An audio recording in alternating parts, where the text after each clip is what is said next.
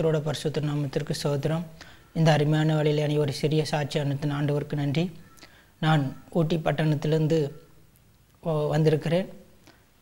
நான் ஒரு இந்து குடும்பத்தில் சேர்ந்தவனாக இருக்கிறேன். ஆண்டவரும் அறியாதவனாக இருந்தேன். ஆனாலும் சும்மா தலைவலி காய்ச்சல் என்று சொல்லி ஆஸ்பத்திரியில் அட்மிட் பண்ணார்கள். அட்மிட் பண்ணுவதற்கு முன்பாக என் கை கால் எல்லாம் நன்றாக இருந்தது. ஆஸ்பத்திரியில் அட்மிட் பண்ணி ஒரு குளுக்கோஸ் பாட்டில் ஏற்கனவே ஒரு மாதத்தில் ஒரு கொஞ்ச நேரத்துக்குள்ளே கை காலெல்லாம் அப்படியே வீங்கிருச்சு. ஒவ்வொரு காலம் பார்த்திங்கன்னா ஏனக்கால் சூடு ஆகி கை கால் எல்லாமே கருப்பு கலராக மாறிடுச்சு. அது கருப்பு கலர் ஆகி கொஞ்ச நேரத்துக்குள்ளேயும் மூக்கில் வாயில் காதில் எல்லாமே ரத்தம் வரக்கு ஆரம்பிச்சிருச்சு. அந்த நேரத்தில் டாக்டர் வந்து பார்த்தார்கள். இதை நான் அட்மிட் பண்ணும்போது நன்றாக இருந்தது, இப்போ என்ன ஆச்சுன்னு எங்களுக்கு தெரியவில்லை அப்படின்னு சொல்லி அவர்கள் என்னென்னமோ இதில் பார்த்தார்கள். ஆனால் பிரைவேட் ஆஸ்பத்திரியிலேருந்து பெரிய ஆஸ்பத்திரிக்கு அனுப்பிச்சி விட்டார்கள்.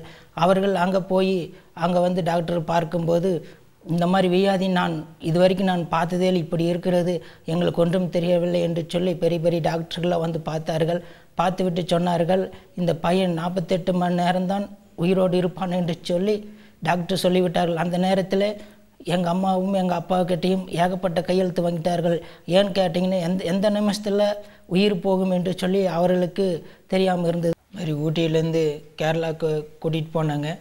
அங்கே கூட்டிகிட்டு போய் மந்திரவாதி கட்டெல்லாம் பண்ண சரியாக போயிடணுன்னு கொண்டு போனாங்க. ஆனால் ஒவ்வொரு நாளும் இருக்கிறத விட அதிகமாக ஆகி காலெல்லாம் ரொம்ப அழுகி போய் இப்படியாக காணப்பட்டது. அந்த நேர சூழ்நிலையில் இருக்கும்போது தான் எங்கள் சித்தி வந்து சொன்னாங்க, இந்த மாதிரி கோயம்புத்தூரில் இயேசு அன்பின் ஊழியத்தில் ஜவஹர் சம்பல் ஐயா இருக்கிறாரு, அங்கே போனால் ஜெபம் எப்பேற்பட்ட வியாதி போனாலும் சுகமாகன்னு சொன்னாங்க அப்படின்னு சொல்லி நாங்கள் கோயம்புத்தூருக்கு கூட்டி வந்தோம். கோயம்புத்தூருக்கு வந்த நேரத்தில் பிரதர் வந்து வெளியூருக்கு போயிட்டார். அப்போ அந்த நேரத்தில் இங்கே எங்கேயும் இருக்க முடியாத சூழ்நிலையில் ஆஸ்பத்திரிலேயே அட்மிட் பண்ணிட்டாங்க. கோவை பேரும்ப பெருவிழா 1994 வருஷம் பேரும்ப பெருவிழாவில் நடக்கும்போது அப்போது பேரும்ப பெருவிழாவில் நாங்கள் கலந்து கொள்ளும்படி எங்களை தூக்கி கொண்டு போனார்கள். அப்போ ஒரு 4-5 பேர் தூக்கி மேடை கூட்டிகிட்டு போய் ஜெபம் பண்ண. இதை இப்போ நாங்கள் ஜெபம் பண்ணி முடித்து மேடை விட்டு கீழே வந்தோடனே கால் வந்து மொயின்னு காணப்பட்டது. அந்த நேரத்தில் இருட்டானாலும் எங்கேயும் போக முடியாதனால சர்ச்சிலேயே அங்கே வந்து அந்த இரவில் தங்க வச்சார்கள்.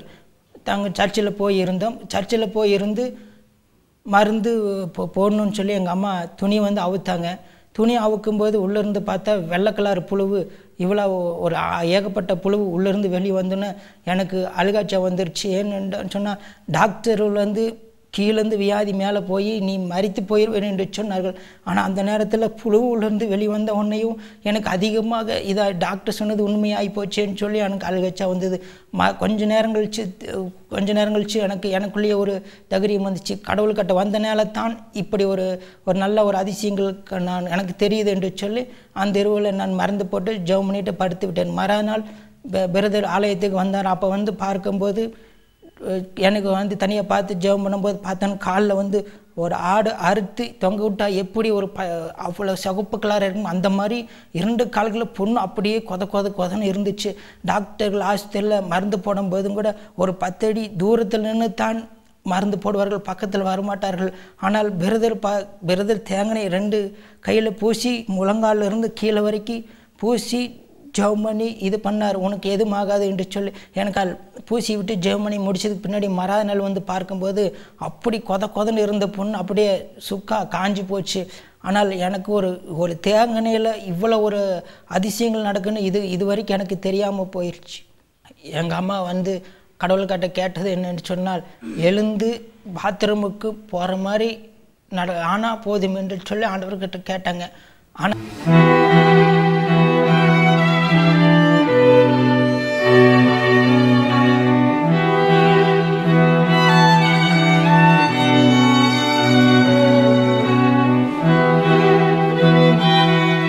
இன்னைக்கு தனியாக வண்டி ஓட்டிகிட்டு போகிற அளவுக்கு தனியாக நல்லா வேலை செஞ்சு ஒரு நல்ல ஒரு 50 கிலோ வெயிட் தூக்கிட்டு போய் வேலை செய்கிற அளவுக்கு கர்த்தர் எனக்கு நல்ல ஒரு பலனையும் சுகத்தை கொடுத்துருக்கிறார். நல்ல ஒரு மனைவி கொடுத்துருக்கிறார்.